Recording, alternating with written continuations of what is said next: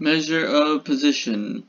This lecture is going to be a very short lecture. There's only 2 examples, and it deals with standard deviations.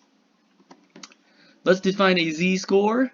A z-score represents the number of standard deviations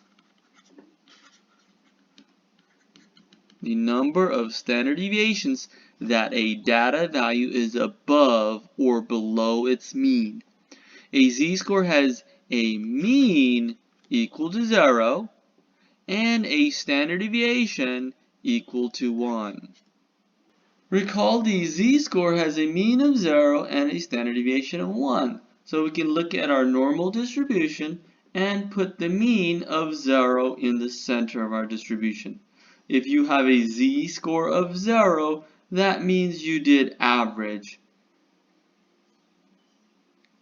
And now the standard deviation is 1, so we can complete the chart on the bottom by adding 1 standard deviation each time we head to a new section. And we could do the same thing on the left side. We could subtract 1 standard deviation. And now our distribution is centered at 0. And on the right side we have positive values. On the left side we have negative values. The z-score allows us to center our distribution around 0, so we can compare relative strengths. Now let's suppose we had obtained a z-score of 0 on an exam. That implies we were average. We were right in the middle at the 50th percentile. Now if my z-score was positive 1, then we did a lot better than average. We did the 84th percentile. If my z-score was positive 1, we did the 84th percentile, and you can do that by adding up these percentages. We use z-scores to compare apples to oranges, and so that we can understand the relative strength or weaknesses of a data value. The formula is given by z equals x minus mu divided by sigma.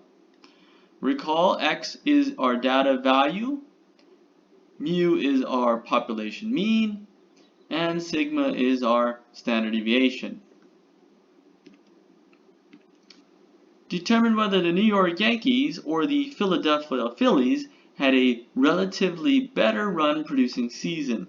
The Yankees scores 968 runs and play in the American League, where the mean number of runs scored was mu equals 793.9, and the standard deviation was sigma equals 73.5 runs. The Phillies scored 892 runs and play in the National League, where the mean number of runs scored was mu equals 763.0, and the standard deviation was sigma equals 58.9 runs. The American and the National Leagues have different rules, so we must look at their z-scores to determine their relative strength within their own leagues. What we need to do first is calculate the z-score, and the z-score formula is z equals x minus mu divided by sigma. I'll have to do this twice, one for the Yankees and one for the Phillies. I'll put the Yankees on the left and the Phillies on the right. We have the Yankees scored 968 runs. This corresponds to the x variable in our data. We are given that the mean is 793.9. and our standard deviation is given to be 73.5. So we'll calculate the z-score for the Yankees. Z equals 968 minus 793.9 divided by 73.5. Our z-score is equivalent to 2.38. Now we can do the same process for the Phillies. We have the Phillies scored 892 runs, and that corresponds to our x value. The mean is 763.0, and our standard deviation is 58.9. We'll plug in the formula for the z-score and calculate the z-score for the Phillies. Z is equal to 892 minus 763.0 divided by 58.9. And this gives us a z-score of 2.19. Now the question is, who did relatively better, the Yankees or the Phillies? Looking at their z-scores, it clearly shows that the Yankees did relatively better than the Phillies because their z-score is bigger. Since their z-score is bigger, that implies they did better than average, more than the Phillies. Let's visualize what the z-score of 2.38 represents. If I go to my chart, 2.38 is going to be between 2 and 3. So we have a z-score of 2.38 means we did 2.38 standard deviations above average. So the Yankees did really well. They did this much better than everyone else. They're really high up there in the percentile range.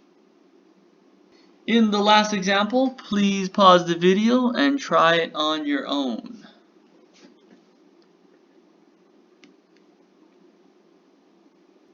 I said pause the video and try it on your own. Don't wait for me to do it.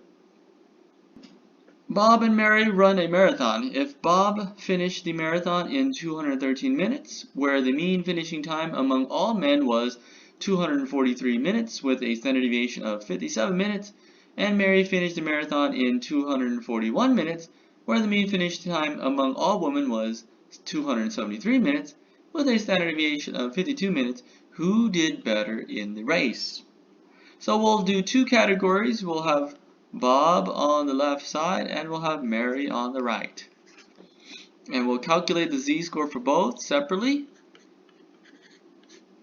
And recall the z-score formula is z equals x minus mu divided by sigma.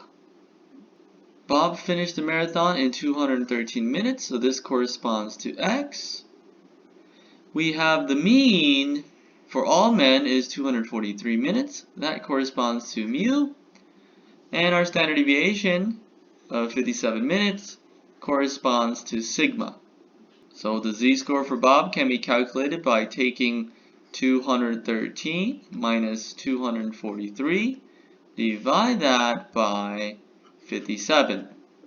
Bob's z-score is equivalent to negative 0.53. For Mary, her score was 241 minutes, so that corresponds to x.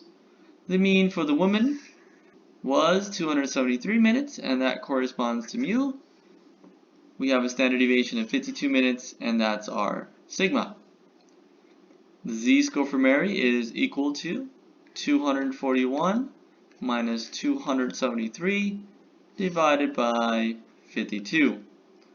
Our z-score for Mary is equivalent to negative 0.62. The question is, who did relatively better in the race?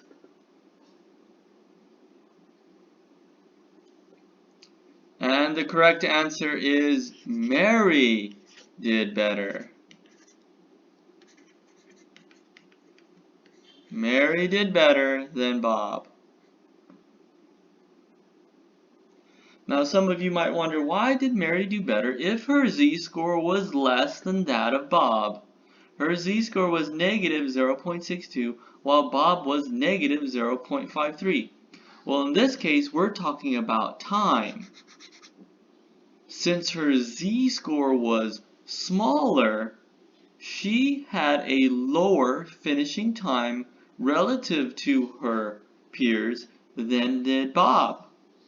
That's why Mary did better, because this z-score here corresponds to time. We want to finish the race in less time.